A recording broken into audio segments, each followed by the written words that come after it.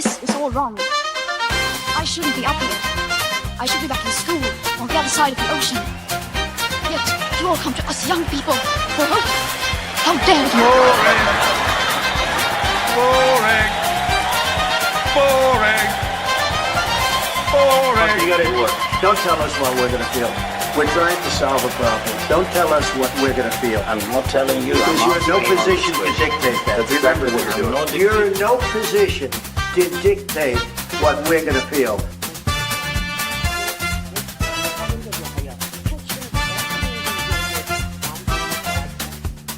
I call again for an immediate ceasefire in Gaza, the return of the sausages, the hostages.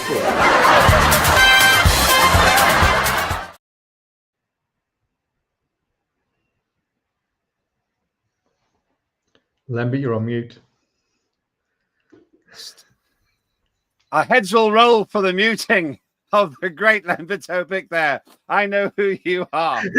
So much indeed. You can hear the laughter of Paul Naylor there, who's my guest today, who saved the day. I think they're fired, you're hired. This is Paul Mann's version. Paul Mann's version of what's Alan Sugar's show, The Apprentice. Thanks very much indeed. Where are the proper staff when you need them? But there we go. Thanks very much indeed. I introduced you rather faster than I intended there. But there we go. Shows that's the beauty of live broadcasting. Shows it's authentic. And if you are watching it live, thank you very much indeed. I'll come back to you in a minute, Paul. Thanks very much indeed. That's my producer, Paul Naylor. Hello. Yes, it's great. He's got a great background, but he's got a colourful intellect. We'll come back to that in just a minute. Actually, I'll tell you what. Why don't you just stay? Okay, why not? It's great. It's great to see you there. I do love doing this show, but you just got to not take it too seriously at times like that. Yeah, that's it. These things happen. How have you been? I'm good. Yeah, thank you. Yeah, been busy. I'm got some award ceremonies and different things to go to, so that's cool. So yeah. Are you winning? Are you winning something? Well, fingers crossed. We've been shortlisted, me and a couple of colleagues. I work sort of freelance, and a magazine I've been working on for the best part of 9 years. We are current holders of Best Magazine in the Midlands. That's the East and the West. And it looks like we might be able to retain our title. So fingers crossed. Well, that sounds pretty good. I support Leicester City. And somebody's got to. Well, yeah, once every 170 years we win the league. Exactly. We'll do better than they are.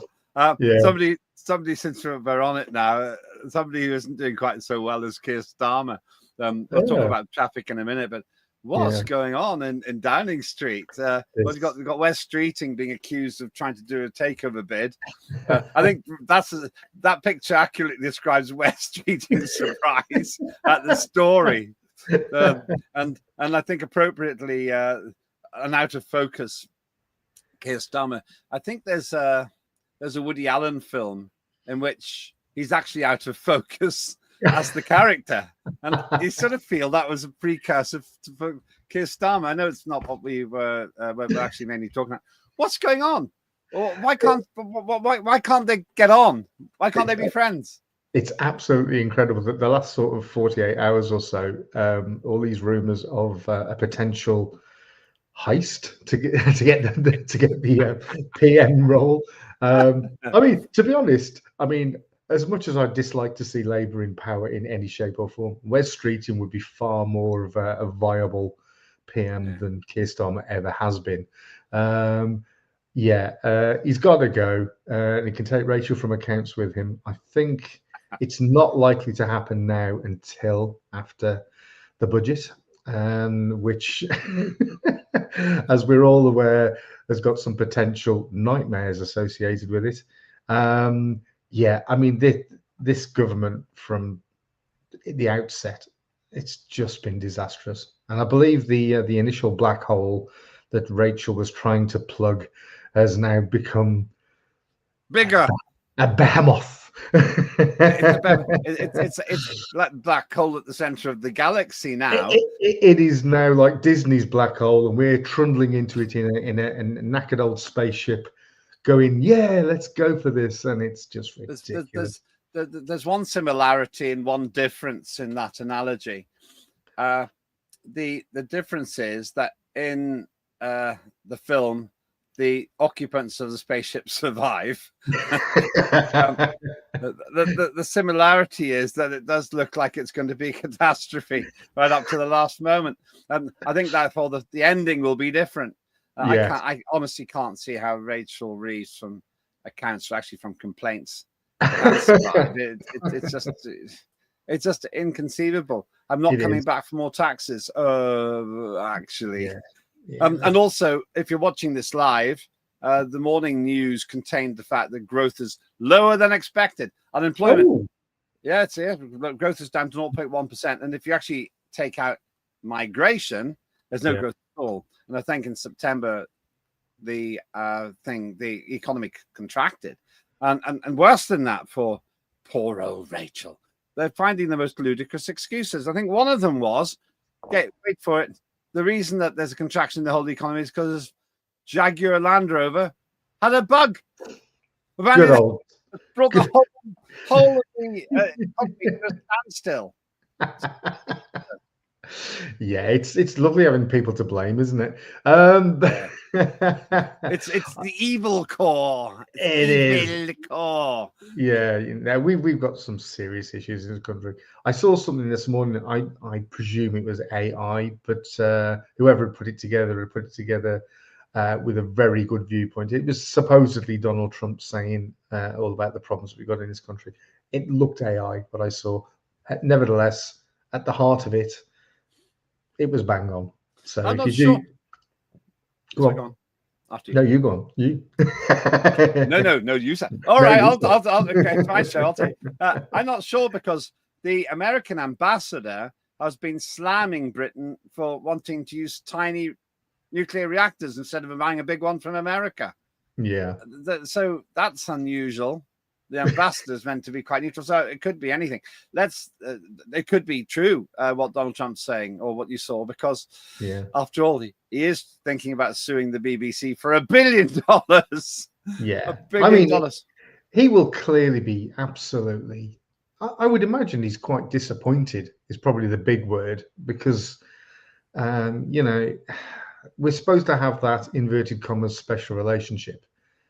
Starmer and his cronies are doing nothing to retain that.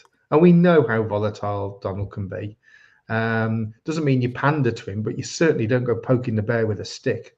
Yeah. And that's potentially what this whole BBC thing has done. Whoever thought that was the right edit to be able to get across the message, and they're probably still working there. That's the truth of the matter, Lembit. They're probably still there. Well, yeah. My experience, I worked for the BBC for 7 years, and a couple of things I noticed when I was there. First of all, brilliant training. It's the best training you can get. Yeah. So from a technical point of view, I owe a lot of what we do here on Unprecedented TV thanks to the BBC. I would never belittle that. The problem I had was that they were woke, and I was told not to challenge the climate emergency. Yeah. And I said, but the woman who's been on said something that was factually incorrect. And they went, well, no, you see, Lembit, we don't challenge anything to do with climate emergency. I said, but it wasn't true. It was a lie. No, we don't challenge that. And I said, but you understand it can't happen. It can't happen. What you're saying can't happen. And she said, well, I think there's a climate emergency. I said, I'll tell you what, I'll send you an email about it. And I explained the fact that carbon dioxide, the more there is, and the less effect it has.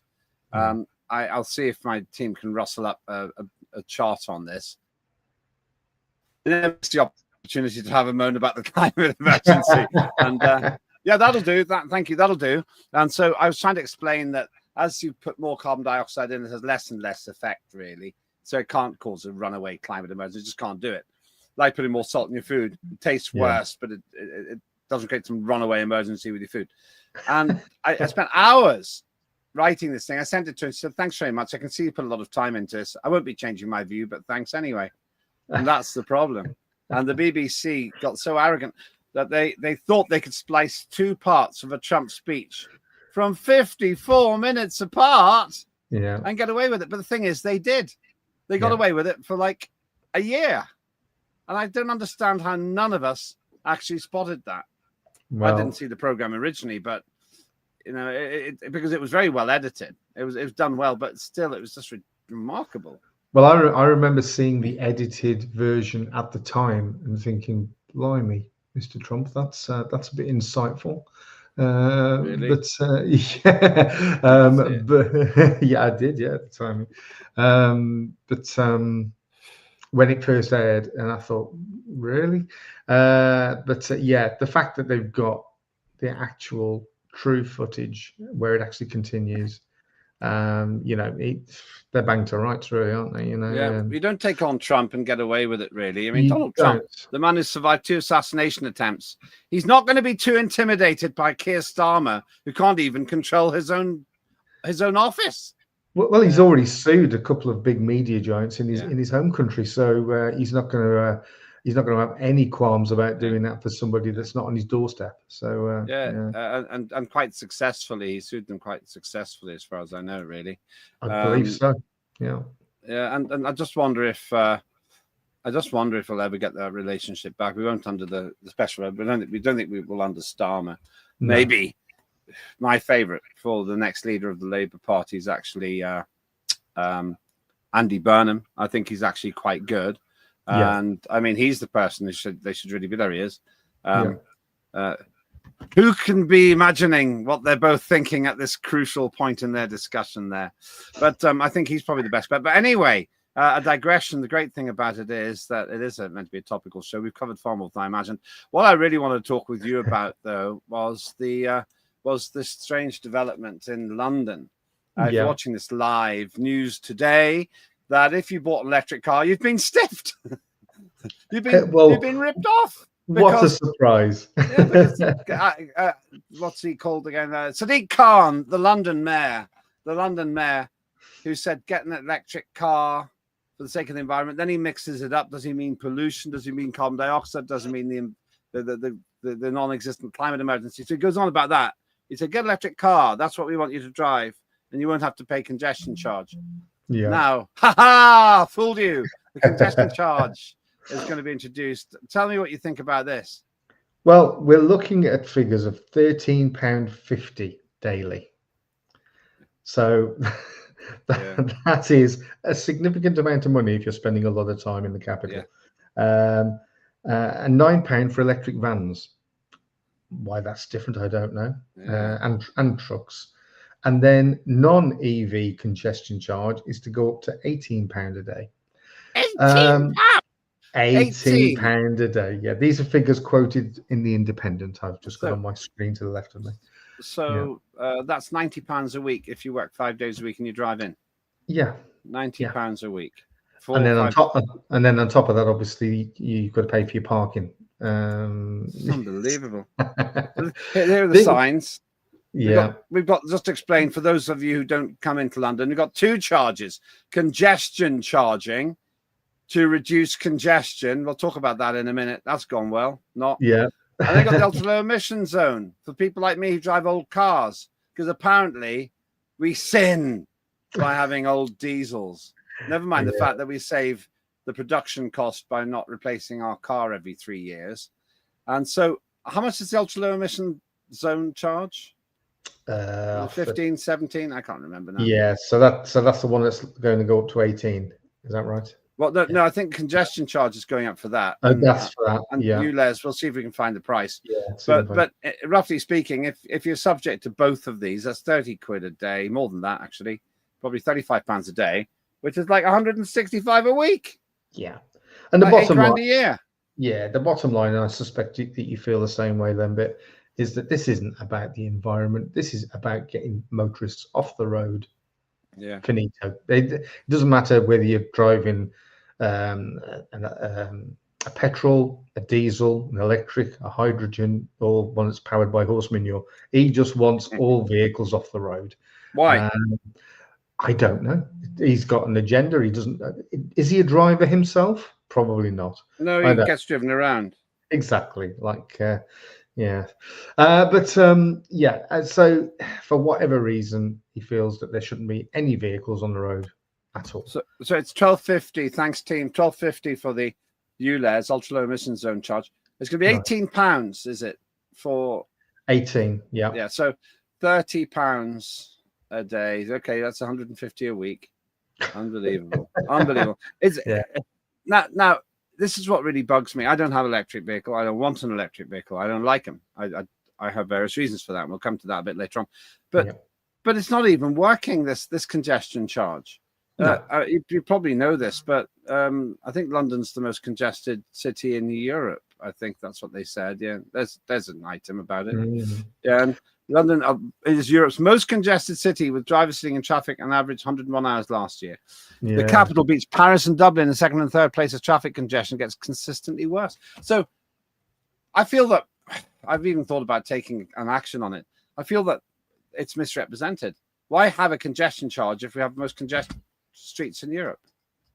Yeah, I mean, I must admit, about a year ago, I was in London, and I did think, blimey, there's not a lot of traffic about. But I was sort of on the outskirts. I was XL, that sort of way on. So so I didn't get to the heart of the city. But the sad thing is, if it remains as congested as that, that shows that people are, even begrudgingly, willing to pay the stupid charges to go in there. And so he's just going to keep putting it up and up and up.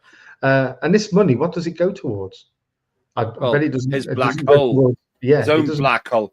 I think what characterizes Labour governments, and it seems to me Labour politicians, is that they blame the Tories for a black hole, then they make it bigger. That's what seems to have happened here. It's supposedly around 50 million. Is it billion? 50 billion black hole? Whatever the size is, black holes. Which one? Well, that's Rachel's. Yes. I don't know how big. It's Sadiq Khan's. I don't know how big his black hole is. Yeah. It's astronomical. So he's got his own black hole. Fantastic. I think he has. Yeah. Honestly. What a galaxy we're living in. Wonderful. Yeah, no, it's a stellar performance.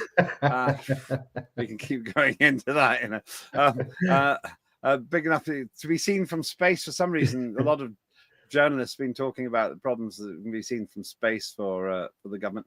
So it's not working. And here's the point, right? You buy an electric car to avoid the congestion charge and presumably the ultra low emission zone, and suddenly your costs go up by 90 quid a week because you have to drive in. My late mum, for the last maybe 10 years of her life, she wasn't very mobile.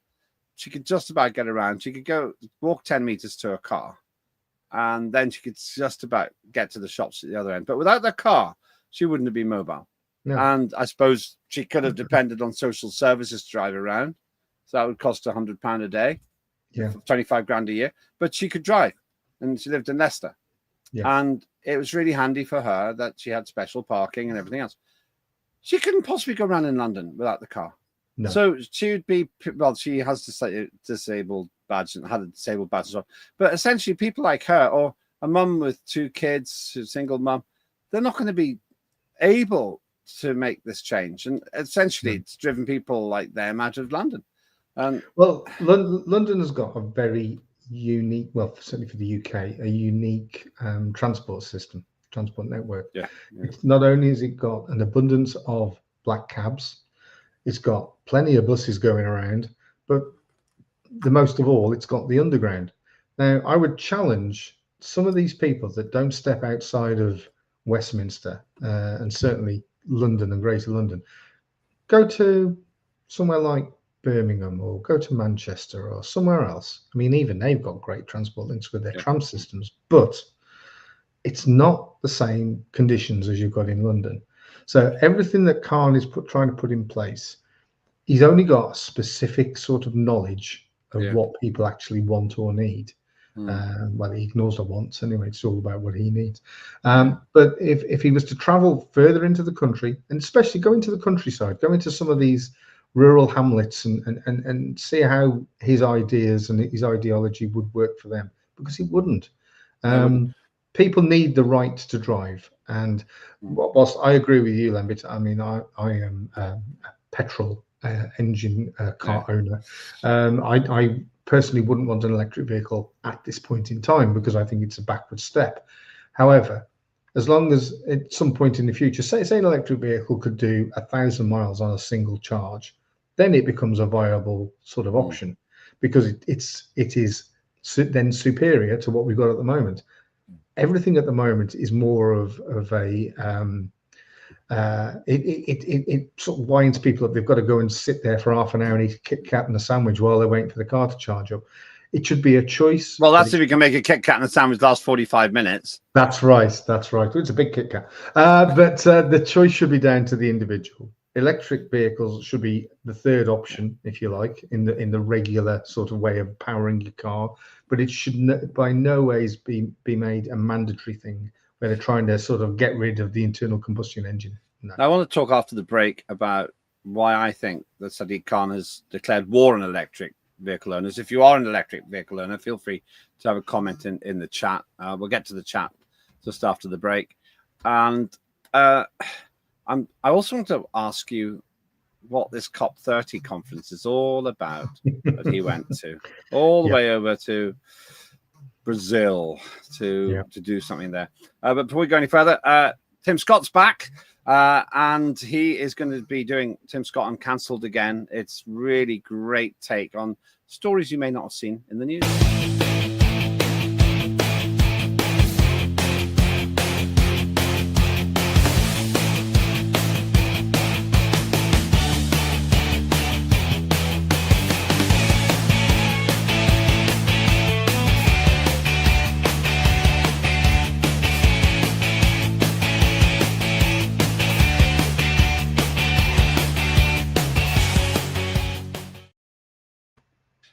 Tim Scott, great value there, great person as well. He's head of the Freedom Association and flies the flag for liberty and freedom of expression, as we do here on Unprecedented TV. Now, let's talk about what seem to be, my opinion, total contradictions in what Sadiq Khan does. He tells us all, oh, there's a climate emergency. There isn't a climate emergency, I don't think. In fact, let's get that CO2 chart up again, just in case you didn't see it earlier on. We've got 428 parts per million. It doesn't matter what that means, really. But we've got a certain amount of carbon dioxide. If you double it, it makes almost no difference to the temperature. Yeah. You can't really even measure the increase. A fifth of a degree Celsius. You're being lied to all the time on this. I won't go into it too far, but Khan doesn't really seem to understand any of this. But even if he did, the irony is he goes all the way across to Brazil, flying 28,000 miles. It is. Oh, actually, yeah. This is the other thing. Before we go further, just hold the thought about Sadiq Khan. I meant to ask you this in the first part of the show. Yeah. We had these strange blackouts in Spain, it was, but apparently Britain suffered some unusual activity, and I haven't really had a chance to study this very much, but at the same time Spain had blackout, Britain hit by unusual power activity hours before Spain blackout. UK's grid operator investigated unexplained shifts in electricity frequency on a Sunday. Now, I think it might have been weather related. It might have been space weather or something, but there was this, yes, appropriately enough, a black hole. It's a black hole. Why not? Why not? Could be. Now, the thing is that even if everyone went electric, and we'll go back to what Khan's doing in a moment. If you went electric, everyone did, we wouldn't have the power for it. No. And people like Ed Miliband, who think that renewables are cheaper than fossil fuel, which is just rubbish, utter rubbish. They lie to us. Because we haven't even got the national grid. If we do what the government wants us to, all go electric by 2030, all new cars electric, there won't be enough power. No. There's a YouTuber that I watch called By the Curb, and it's a couple that do a lot of travel stuff, and they do sort of other stuff as well. But he was actually in Spain the day that happened. And of course, the big problem was it's not just the fact that the electricity goes down and ice cream starts melting in shops. You can't pay for anything. If you haven't got cash on you, as they try to push us more and more towards a cashless society, not only here, but overseas, if you got no cash on you, you couldn't get on a bus anyway. You couldn't he was stuck sort of about 10 miles away from where he needed to be. So he was faced with the option of, do I start walking? Or do I just try and wait this out? Yeah. So, these events are going to become increasingly frustrating. The more and more that we depend on electricity, the more likely it is to have an event such as they had in Spain. And according to what you've just said there, Lembit, there was something similar around the same time that happened in the UK, albeit a spike in the electricity recordings or whatever it was. But yeah, I mean, if we become overly reliant on one source of energy, we're going to have some serious issues. That's my issue. That's my problem. We haven't even got the infrastructure to do it. Maybe for another time, because there's a huge big debate there. But I wanted to focus back on Khan. He goes all the way to Brazil. Sadiq Khan clocks up nearly 28,000 air miles this year alone. That's 12,000 mile Brazil climate trip sparks. Apparently, he's against airport expansion in London, but he depends on it. He's one of the between 5 and 11% of the human race that's ever flown in a plane. The hypocrisy of it is breathtaking. It's crazy how we're being told increasingly that I think, is it 2050? There's supposed to be no sort of commercial flights are going to exist. I think they're trying to get rid of commercial flights. Yet they're talking about building these extra runways at hubs around the UK. So, you know, what do you want? Do you want more air travel? Do you want less? But the greatest shame of all of this is that, in my opinion, Sadiq Khan and the likes of Keir Starmer, who clearly are globalists, rather than looking after the interests of their own people, they'll go all these miles to Brazil. And guess who didn't turn up in any strength? There was no USA. Yeah. I don't think there was any China, if I'm correct in saying Russia, that. China, India, not sure if they were there. Now, if all these nations, and they are not insignificant in landmass, if these nations aren't interested in going to these climate, well, let's call them for what they are. It's a climate roadshow. If they're interested in going to these, then what is the common sense reason to push ahead in the UK? Let's face it, we've punched above our weight over the centuries. We are a dot on the map. If we go ahead and do this, they're just going to sit back and they're just going to love it, because it's not going to have any effect whatsoever other than to bankrupt the country. And this is my issue. Sadiq Khan, with his self-important lecturing, oh, well, they're the climate wreckers and we're not. He flies more than 99%, 95% certainly of the human race. Yeah. So it's all different for him. He's allowed to do it. Why couldn't he do it on Zoom? We're hundreds of miles apart. We're able to do this perfectly acceptably. What's to stop him being projected onto a big screen? Nothing. Exactly. Nothing. No. But of course they want to go because they like it, and no doubt they travel business class like he did to America with his entourage. And so they're going on about this and complaining about the environment, and yet they completely ignore it. They completely ignore it themselves. Electric vehicles then. So now they told everyone to get electric vehicles. Now they're punishing you if you did. Electric vehicles are already a pain because of all the charging and everything else.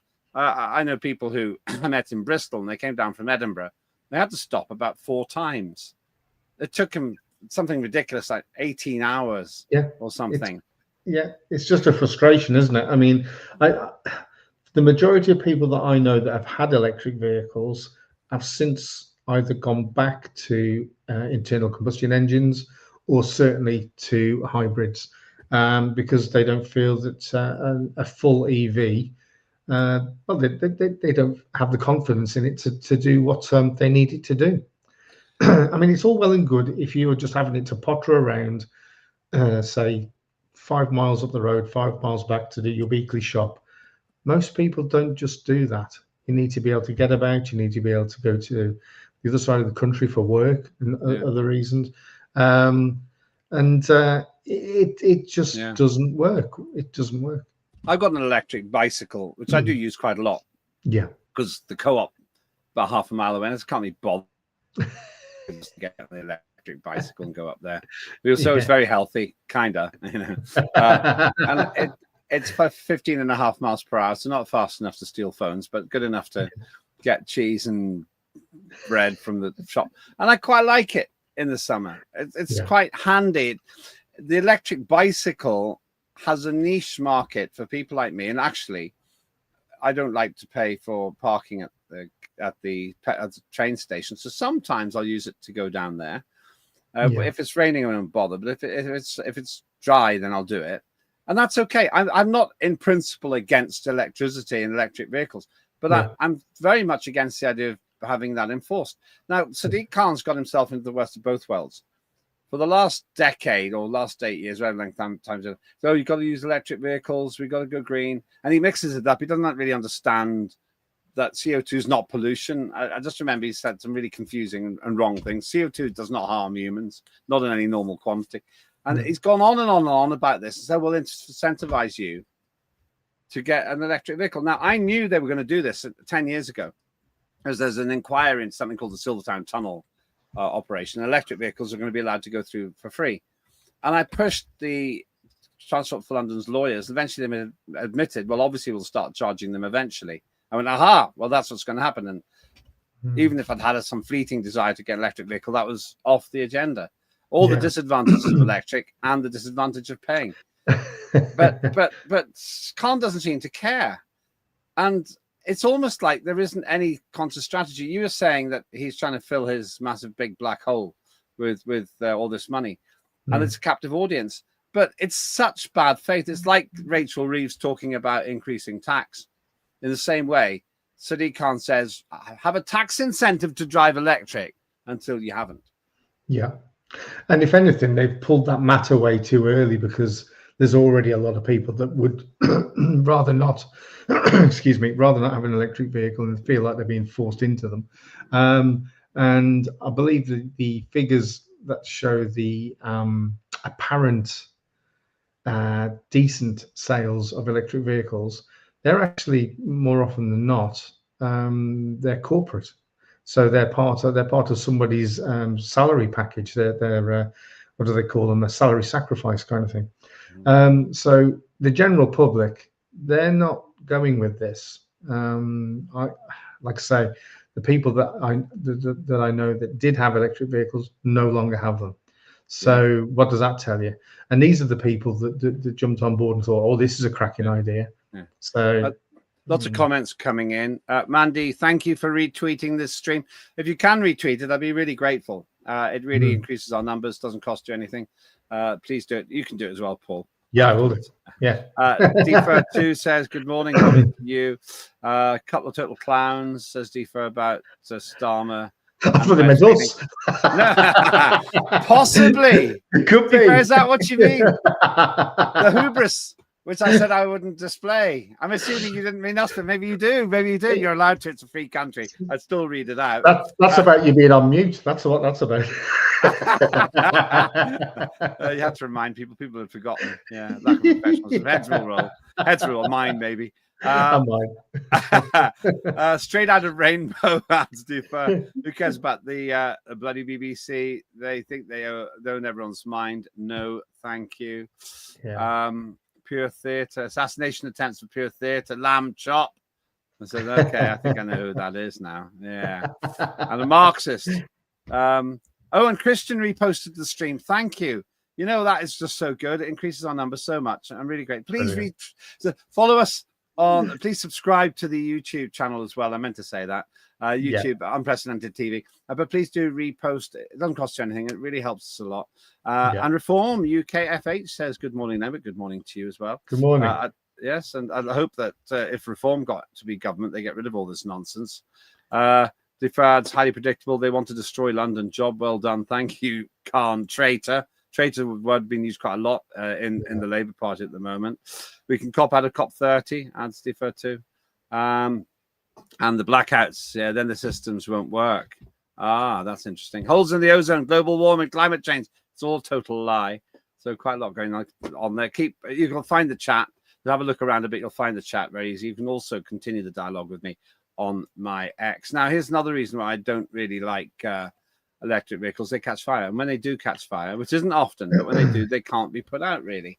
No. It seems to me they're terribly dangerous. Tell us about the physics of this. You want me to tell you the physics of it? Well, in simple terms.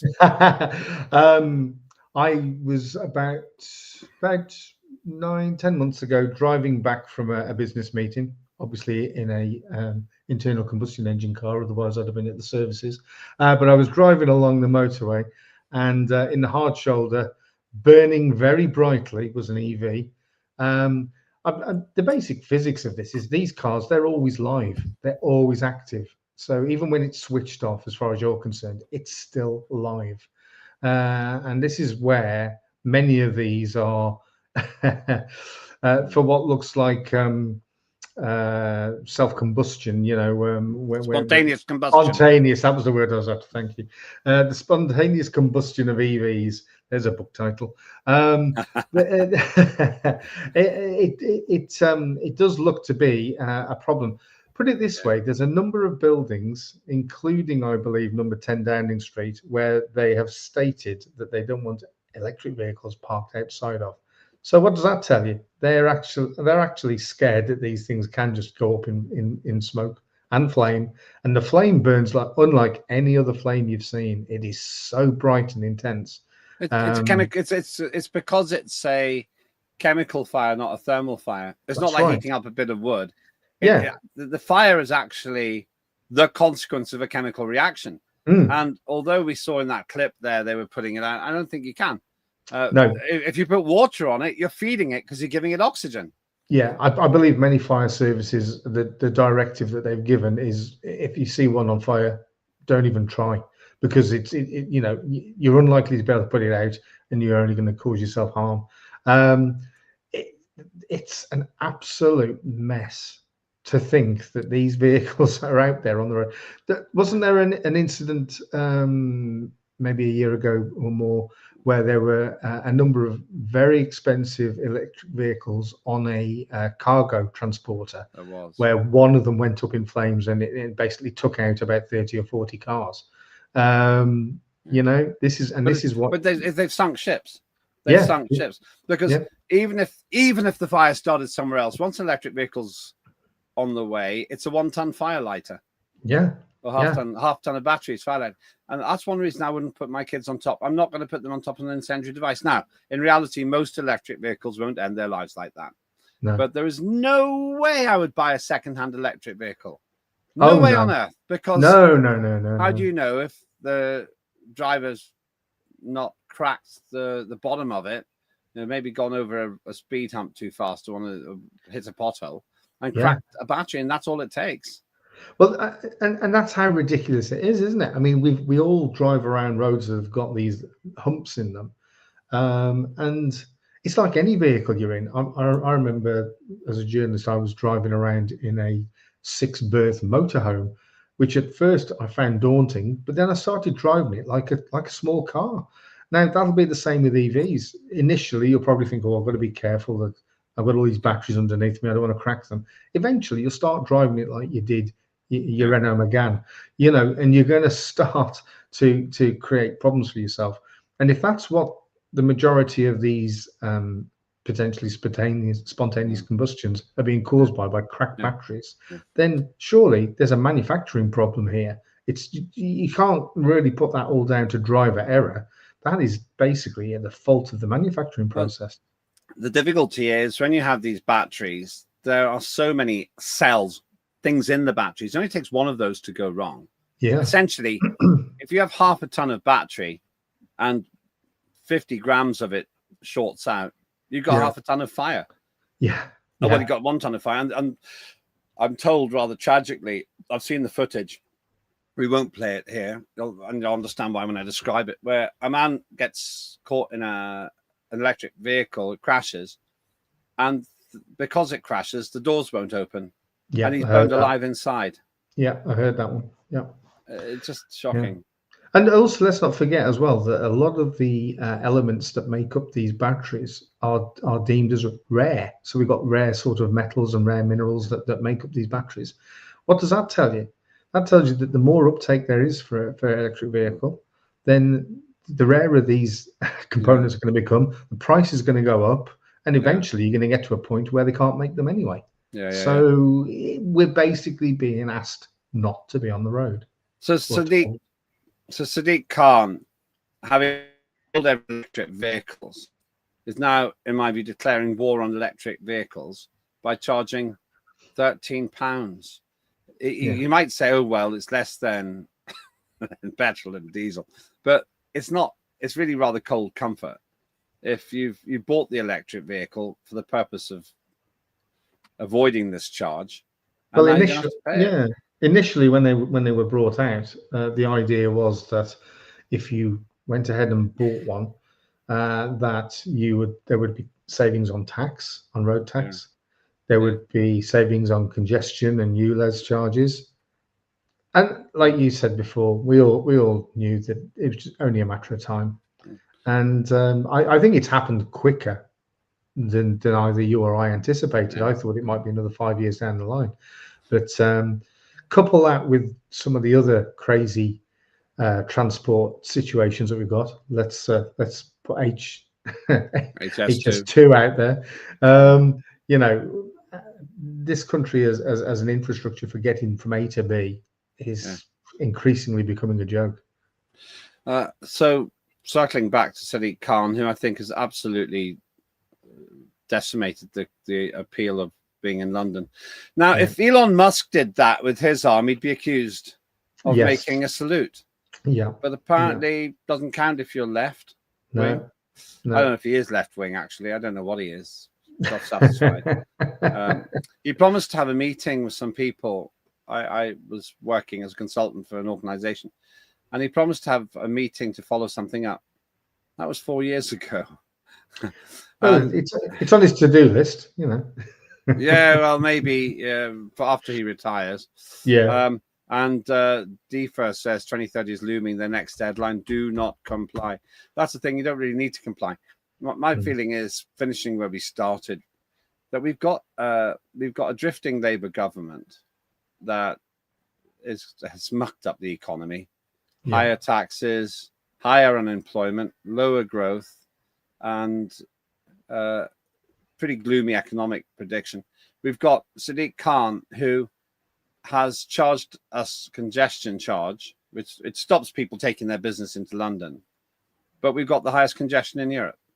Yeah, and now he's punishing electric vehicle owners who naively believed him, naively thought that by getting an electric vehicle, you would, of course, be exempt from all of this. But of course, nothing could be further from the truth. No. Where does this end? Well, it ends when he's out. How long has he been mayor for now? It's been quite some years, hasn't it? Yeah, second term. Must be kind of, I don't know, 7 years, 6, 7 years. He still thinks, I believe he still thinks he can be leader of the Labour Party. I don't think so. No. I don't think he's good enough. No, but that's probably when he'll run away. I think the most likely candidate for that you've already mentioned, which is Andy Burnham. But at the moment he's not a member of Parliament, so he would need to be that first. I would imagine. We'll get somebody to stand down and agree to give them a peerage if he wins. Yeah, but the problem they've now got is, although Reform UK still got a long way to go in terms of experience and professionalism, at the moment, I'm not sure that Labour could win a by-election. Oh, I don't think they could. I mean, if there was a general election called tomorrow, not a chance. Reform would have that hands down. What Reform needs is to keep the momentum going to be able to achieve that goal. There's nothing to say that Nigel and co wouldn't be in a position either now or in a few years' time to take the role on. So it's interesting times in politics, because for so many years we've had this two-party system where if you don't vote red, you're likely to vote blue. Really? Yeah. How are you really going to vote for the complete opposite? That's like saying that a Manchester United supporter is going to start supporting Man City. It's not likely. Yeah. And so we've essentially had a system, I believe, where you had two major parties that, if they're not in charge, they're in opposition. So they're almost quite happy to share that sort of switcheroo. Let's pass the baton. But now there's a fly in the ointment, and that fly in the ointment is Nigel and Reform. There's another party called Advance UK with Ben Habib. They haven't formally been recognised yet. I think they've got promise, because they're taking a slightly different approach to Reform. But I think all of these. I think what's happened is Reform UK is filling a void, which has been created by the legacy parties. It's a big mess. Well, we've got the Alliance of British Drivers. We've got a show called Full Throttle, and Ben is going to be a guest on our show in the next week or so. That's great. So that'll be an interesting talk. We're both asking him where he stands. What I find about Ben Habib is he's very thoughtful, and some people say reform is a cult of personality. There's no doubt that Nigel Farage's character is absolutely core to their popularity, a bit like Boris Johnson was for the Tories. Yes, yeah. And to some extent, Jeremy Corbyn, I think, briefly for the Labour Party. But I think he's got a thoughtful approach towards this. I'll be interested to see what he says. Of course, Full Throttle is one of Unprecedented's great shows, and presented by you, me, and Brian Gregory. And Brian, dear old Brian. It's just superb. Yeah, I enjoyed the show very much that I just watched as well. Yeah. So brilliant. Thank you. How can people find out more about the Alliance of British Drivers? Okay, so you can either Google the Alliance of British Drivers or go straight for abd.org.uk. We are for the motorist. We are trying to keep the infrastructure in tip-top condition. So we've got a lot of potholes to fill there. But also drivers' rights, the right to be able to choose what form of powertrain that you have for your car, van, whatever, and to get around the country from A to B without any sort of I don't know, just nonsense that goes on. But also, as well as the motoring issues, we like to sort of also talk about net zero and what we believe the truth behind this ridiculous attempt to go for net zero actually is. We're still coming out of the last ice age, believe it or not. So as a consequence... What, the ABD? Just the ABD, yeah. You got some woolly mammoths in the membership, do you? Yeah, I'm a woolly mammoth, but I've got alopecia. Great trunk, though. But that sounds slightly wrong, the way you said that. It was meant to. But no... you know, there's all sorts of reasons for these weather spikes that we have. It's not all about trying to sort out CO2. As you and I both acknowledged, then CO2 isn't the problem that it's being made out to be. So we're big on motoring and we're big on that. So please, log on, have a look, see if it's something for you, and join the fight. Fight. That would be 47 minutes apart. I look forward to seeing you suing Panorama for whatever amount of money. I can't wait. $1 billion. Actually, $1 billion. It's only 750 million pounds. Yeah, there's that great line in Laurel and Hardy when he thinks he's inherited $1 million, and Stan says to Ollie, "Is that more than $100? Why, it's more than twice as much." Right. Thank you so much. That is Paul Naylor there, Alliance of British Drivers. And remember, you've got Full Throttle to watch as well. A great show. Really interesting. And watch the other shows as well. We've got another dose of Claire Dyer later on today, and hopefully Warren Thornton as well around 11 o'clock Greenwich Mean Time today. But you can find it all on the archive. And please subscribe at Unprecedented TV on YouTube, and please do retweet. I really appreciate it when you do that, because the more viewers we get, the more we can do. I'm Lembit Öpik. That was Lembit Öpik Live here on Unprecedented TV. Wherever you go, wherever you drive, watch those black holes in the road. Have a good day.